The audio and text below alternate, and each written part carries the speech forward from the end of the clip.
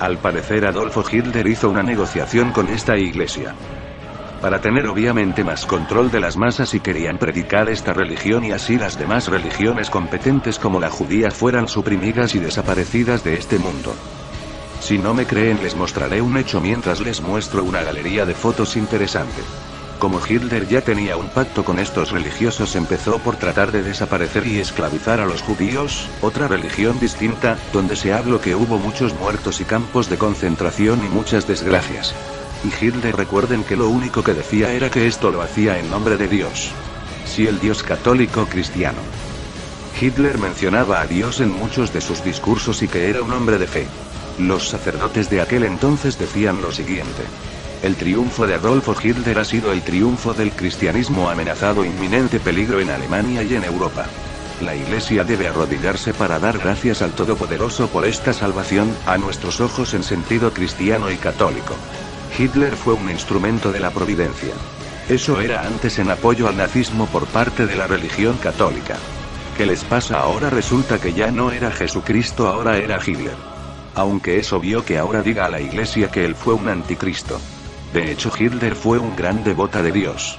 También porque creen que Italia fue aliado de Alemania porque era lógico que ahí se encontrara la base de la religión católica. Y así como Hitler se llevaba a los judíos también quería iniciar una moderna Santa Inquisición. Apuesto a que esto no se lo sabían. Mi cuarto punto es la manera en la que las religiones manipulan y les meten miedo a sus creyentes. Les explicaré cómo incluso las iglesias aprovechan el miedo para obtener su meta máxima, mucho dinero y poder. El primer paso empieza desde que somos pequeños niños, en la infancia les meten un miedo paranoico, de un ser todopoderoso, que creó al universo, que los vigila las 24 horas del día y durante toda la semana. Un ser que si se portan mal los mandará al infierno. Desde esa corta edad los niños viven temerosos de ese Dios. Los obligan a ir al catecismo donde les siguen lavando el cerebro. La Iglesia tiene un gran interés en educar teológicamente a los niños, más adelante les explicaré por qué. Después de ser bautizado, tener la primera comunión y la confirmación, con eso termina la primera fase del miedo. Ahora los niños no se atreverán a contradecir a Dios, ni las creencias de sus padres, ya que tienen miedo del castigo eterno. En mi opinión esto es muy cruel e inhumano.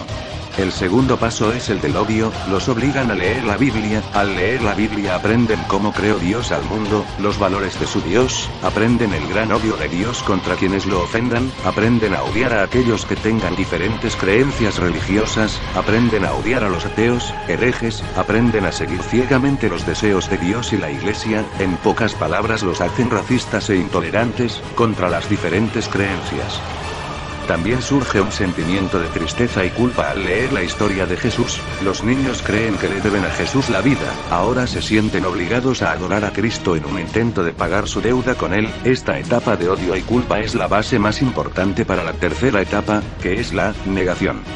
En esta etapa cuando entra la ciencia en escena, ya que cuando el niño crece empieza a descubrir el mundo de la tecnología e internet, y la Iglesia tiene que fomentarle al adolescente un odio y negación total a la ciencia, se le educa al creyente para negar totalmente al peor enemigo de la Iglesia que es la teoría de la evolución. Deben odiar a muerte la teoría del Big Bang. Y por encima de todo deben odiar a los ateos que buscan despojar a Dios de su gloria y poder.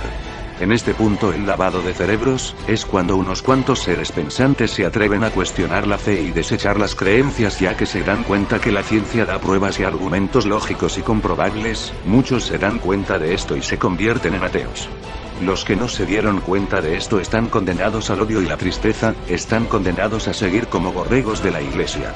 Siempre pensarán que el ateísmo es obra de Satanás, en resumen están condenados a pasar a la cuarta etapa y la más peligrosa de todas. Es el fanatismo religioso. En este punto ya es muy tarde que piensen por sí mismos y se hagan ateos. Que ya por lo general son adultos, desde la infancia tuvieron miedo de negar a su Dios, tienen miedo al castigo eterno, tienen miedo de desaparecer, desde la adolescencia tienen gran odio contra la ciencia y otras religiones. Ya defienden los creyentes a capa y espada la existencia de su Dios invisible. Muchos piensan que las guerras de las cruzadas, la Inquisición y el oscurantismo fueron los deseos de Dios. Están de acuerdo con todas esas muertes de inocentes ya que ellos piensan que los herejes deben de morir. En esta etapa buscan la desesperación teológica del diseño inteligente, el creacionismo de tierra joven y por sobre todas las cosas, buscan el cobijo, dependencia emocional en la apuesta de Pascal. Que es donde gana más dinero la Iglesia Católica. En forma de limosna y diezmos. Muchos se dedican al proselitismo religioso y por sobre todo, acuden a la iglesia todos los domingos. En esta etapa la iglesia ya tiene lo que necesita de las personas, obtienen su dinero y lo más importante, obtiene poder sobre sus vidas. En este punto ya no son capaces de dudar de su Dios, de la iglesia, hay mucho miedo y odio en sus corazones. Algunos llegan al extremo de autoplagiarse. Ya no son capaces de ver la verdad de la ciencia, los consume el odio contra las demás religiones, contra los ateos, en resumen ya no son capaces de pensar lógicamente y se transforman en las marionetas de la iglesia. Pero no termina lo peor, pues sigue la etapa 0. Que es heredar las creencias, los padres repiten el ciclo con sus propios hijos, que a su vez, lo harán con sus hijos, y sus hijos de sus hijos. En resumen, la Iglesia Católica gana mucho dinero y un gran poder usando en su beneficio la falta de conocimiento. El instructivo miedo a la muerte de sus creyentes, su dependencia emocional, en todo esto para lucrar con su fe. Y obviamente esto sucede en todas las religiones. Para mí esto no tiene perdón. Bueno, sigo. Mi quinto punto contra las religiones es el machismo. El machismo que es practicada en religiones como Testigos de Jehová, musulmanes y empezando por la católica. Les menciono a la católica porque todos los sacerdotes son hombres. Todos los obispos son hombres.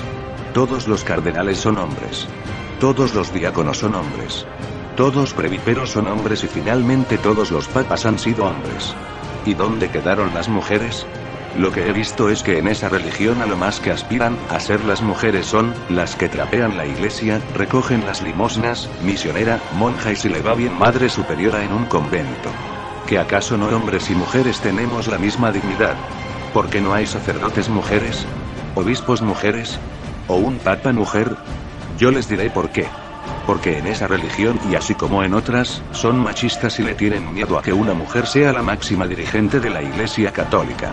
Según también porque la Biblia lo dice y para que sepan que no los engaño les mando el versículo. Primera de Timoteo versículo 2, 11. Búsquenlo en su Biblia y dice: que la mujer aprenda callada, en silencio, y con toda sujeción, porque no permito a la mujer enseñar, ni ejercer dominio sobre el hombre, sino a estar en silencio. También les dejo estas citas donde diría yo son discriminadas y usadas solo como objeto sexual. Primera de Corintios versículo 11. Por donde si una mujer no se cubre con un velo la cabeza, que se la rape, y si es cosa vergonzosa a una mujer el cortarse el pelo o raparse, que cubra su cabeza. Lo cierto es que no debe el varón cubrir su cabeza, pues él es la imagen y gloria de Dios. Mas la mujer es la gloria del varón, que no fue el hombre formado de la mujer, sino la mujer del hombre. Juzgad vosotros mismos, ¿es propio que la mujer ore a Dios sin cubrirse la cabeza? Números versículo 31, 17. Dios habla hoy. Maten ahora mismo a todos los niños varones y a todas las mujeres que no sean vírgenes. A las mujeres que sean vírgenes déjenlas con vida y quédense con ellas. Bueno, ven cómo la iglesia se toma en serio lo que dice la Biblia. Y ahora los musulmanes, que son los que discriminan más a las mujeres.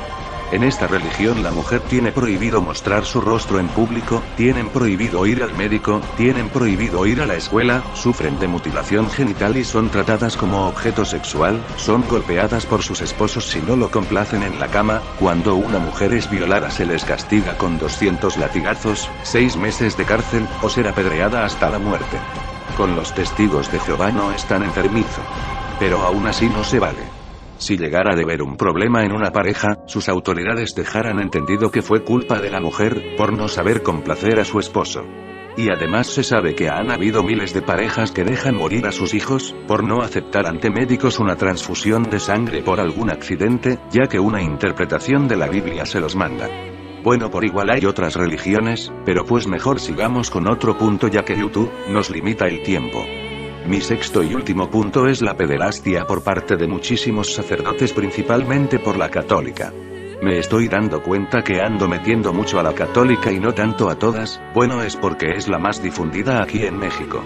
Bien se han sabido casos de sacerdotes o curas pedófilos, que usan la ignorancia de los padres para ensuciar a esas inocentes criaturas, aunque traten de defender a estos enfermos sexuales, los cardenales y las autoridades eclesiásticas que un párroco no se atrevería a hacer semejantes cosas a los niños.